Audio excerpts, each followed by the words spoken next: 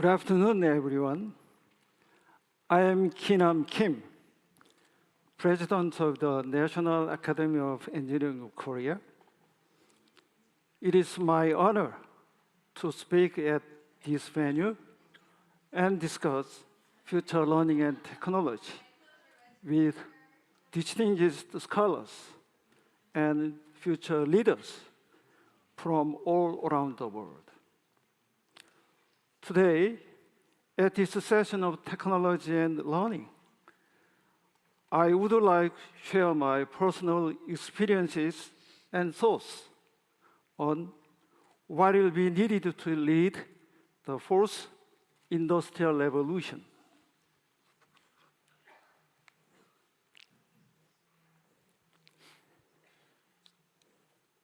What do you think the future generated by technology will be like?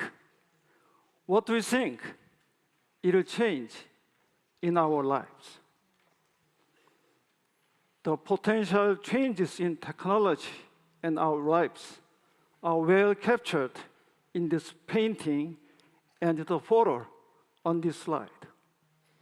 The painting on the left side, titled Space Opera Theater, won the first place at 2022 Colorado State Fair. It challenged our long-held belief that creative works are exclusive only to humans. The photo on the right is an AI humanoid robot holding a historic press conference 2 months ago.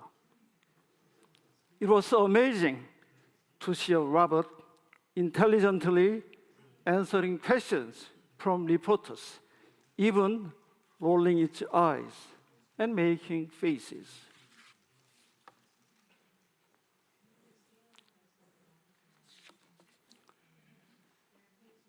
Two previous examples represent the core technologies of the fourth industrial revolution, AI and robots. Big data, AR, and the IoT are the other examples of key technologies. In the pre-industrialization era, manpower and natural resources were the primary sources of the productivity. Then came the steam and water-powered machines of the first industrial revolution, followed by electricity, mass production, and wired communication in the second industrial revolution. We witnessed that the third was all about digital and information disruption. And now, the fourth industrial revolution brings a society of hyper-intelligence, hyper-connectivity, and hyper-datafication. Throughout the history of humankind, humans never ever witnessed such macro-scale and visible changes, expanding into the microscopic and invisible world.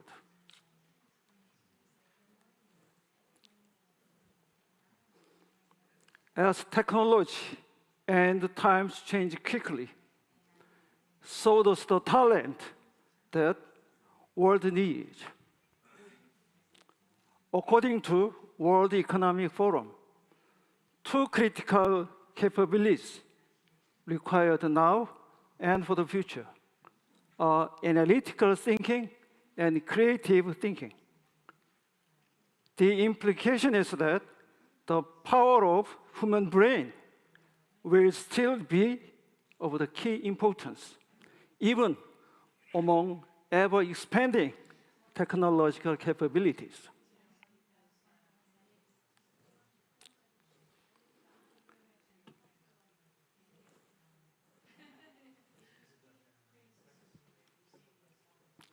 As we discussed, the critical skills needed now and for the future are the very essence of what we hope to encourage and support. Let us look at this chart here. The y-axis indicates the core skills for workers in 2023, while the x-axis represents skills needed in the next 5 years. In the first quadrant, which represent skills needed now and of the future, analytical and creative thinking, curiosity and lifelong learning, leadership and agility are included. All of this came down to thinking skills, learning capabilities, and an attitude toward work. In following slides, I'd like to share my personal experiences and philosophy about them.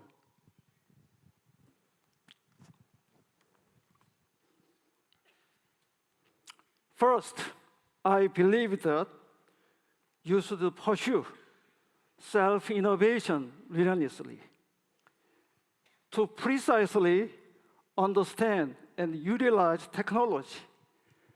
The insight gained from looking below the surface is of critical importance. I have seen a lot of companies who are market leaders lost the position because they were complacent and ceased to assess and change themselves. So I want to emphasize the importance of focusing on fundamental values and relentless efforts to change yourself so that crisis can be turned into opportunity. After 40 more years as a semiconductor person, I feel there is still a long way to go. Looking back my whole career, I've been through crisis after crisis. Every time I faced one, I tried to find the fundamental cause and define the essence of the problem in order to solve it. Have an endless dialogue with yourself to find the answers. Then you will naturally think in a creative and analytical manner.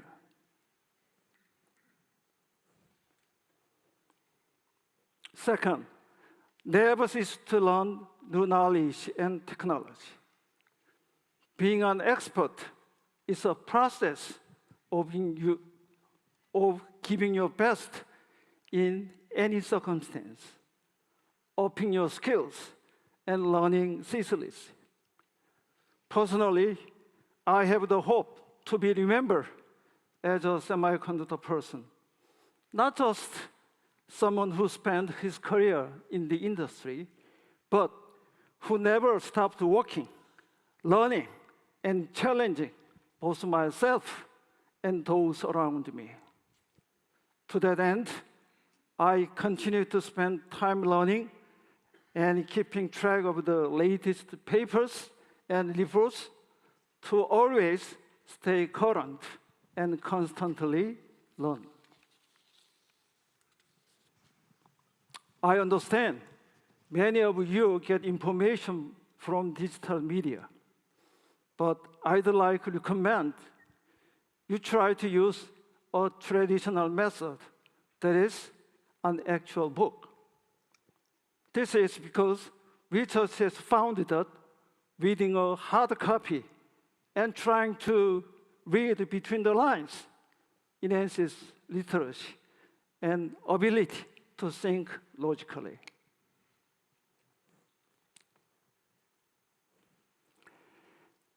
The moment I cherish the most in my career is when I succeeded in developing 1 megabit DRAM about 35 years ago. That development brought confidence and success in memory business for Samsung. And for me, it was the moment when new chapter of my life began. Though at the time, we were far behind industry leaders, and nobody believed in us. We made the impossible possible. But when he succeeded, we didn't stop there to enjoy our accomplishment. Instead, it motivated us to pursue even harder to develop next generation of DRAM. This engraved me the minds of the engineer in my heart, which is to never give up and keep going unless it is physically impossible, and never cease improving yourself and your product. Trial and error to find a path will inevitably lead to a solution. If you do it with a never give up mindset and foster creativity, you will find the answer. So keep going. Do everything thoroughly. I would like to close my talk with an introduction of an anecdote. The invention of the camera in early 19th century alarmed many painters. It must have been a huge fear for them, as they were used to simply recording what they saw. However, painters found their own styles and creative identity, which could not be replicated with any technology. Others chose to collaborate artistically with their camera, giving a birth to a new kind of art. Likewise, though technological breakthroughs make us wary and scared, but humans and technology are bound to coexist and make a bright future together. The above three values, which I mentioned, can be found nowhere but within ourselves, awaiting to be awakened. All of you here today will lead a path to next generation of the Industrial Revolution. Beside the path, I will stand and keep thinking, learning, and researching, as well as mentoring.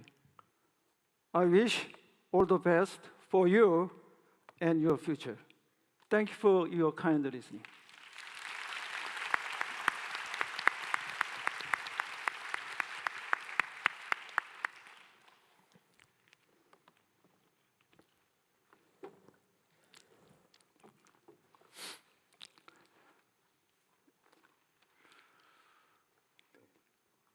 Do you have any question or any comment about my talk? Hello. We're very impressed by your lecture today regarding this fourth industrial revolution. First of all, if I introduce myself, I am Young-Seok Lee from Hanyang University, and I'm currently studying mechanical engineering. Hi, I'm Jiwon Kim, and I'm in a rising second year studying natural sciences at the University of Cambridge. My name is An Chanwoo. I'm a senior student of Yonsei University, majoring in mechanical engineering. Yes. Good afternoon, everyone. So with the lecture, we have a few questions here. So my first question is that regarding the fourth industrial revolution's what is the key skills or essential capabilities for individuals or organizations to have in the fourth industrial revolution? Your question is, what is a necessary skill for individual as well as company, like organization, right? School or company? Yeah. It's mentioned during my talk. I mentioned in three key values. Relentless self-innovation, Innovation. and in constantly learning. The final one was the thorough execution. That's what I believe necessary for an individual. But company, in many respects, almost the same as a human. So organization also need relentless self-innovation, constantly learning, and in a thorough execution. But difference is between individual and organization. Organization composed of the each individuals. So in order to be effectively working, we need another capability. Seamless communication and communication skill, and in some way to execute effectively. Hopefully now I answer your question. Sorry, seamless communications sounds very important. Yes. Oh, okay. First of all, thank you for a very insightful talk. And a lot of great panelists have talked about like social aspects of education earlier, but surely we can't omit the like technical and engineering aspect of education as well. So, as a student, I feel like the science and technologies are more characterized by like convergence of various fields like in these days. And considering this complexity, like I would like to ask you that is it realistic to expect the universities to continuously produce these individuals with these multifaceted skills? For example, like for robotics, we need like mechanical engineering, like electronics, computer science, or maybe like AI with chemistry or like biology, for example. So, how should universities' role like remain meaningful or should evolve in this context? So simply saying, your question is, what's the role of the university in complicated in environment, right? Right. That's a really good question, but difficult to answer. maybe your question will be much better answered by education expert rather than me. I'm just people working in a business sector. But I think my personal belief is neither university can provide every corner of the in a various field, nor every student may need any details of the various field. I believe as time goes by, problems much more difficult, more complicated to answer. But that's why I need an expert. So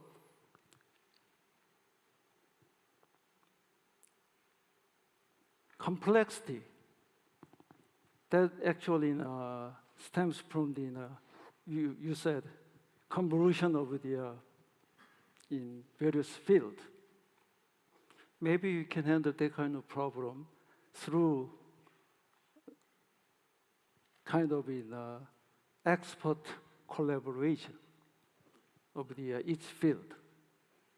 So, in that sense, I believe probably universities they are in the best place to be cultivate or to provide those kind of capability for individual being an expert. So even today, university is very important. But even further in future, more important. That's my thought. Thank you for the insightful answer. I think I have a question that kind of continues well with what was previously asked. As a university student studying the natural sciences, we do not have any specialization in the first year, and therefore that allowed me to, in a way, experience a bit of one of the values you have highlighted as important, which was seamless communication and trying to continually integrate knowledge from students that are studying other parts of natural sciences. And also, as you have mentioned and was previously highlighted, hyperconnectivity and communication between different fields has become important with more data in the fourth industrial revolution. And so therefore I wanted to ask if there is any advice you would give to help us communicate better with people and experts in other fields. Maybe based on my experience, communication is very important. But to be a good communicator, first we have to listen in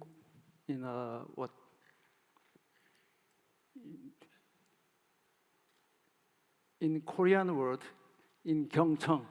Maybe someone say what English 경청? Intensively listening. That's the first. Then you can have a chance to freely communicate. Yeah.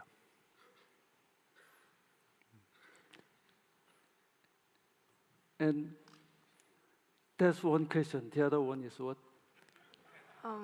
Another question is regard to another aspect that you have highlighted, which is developing ourselves and not being afraid to take risks and continually learning.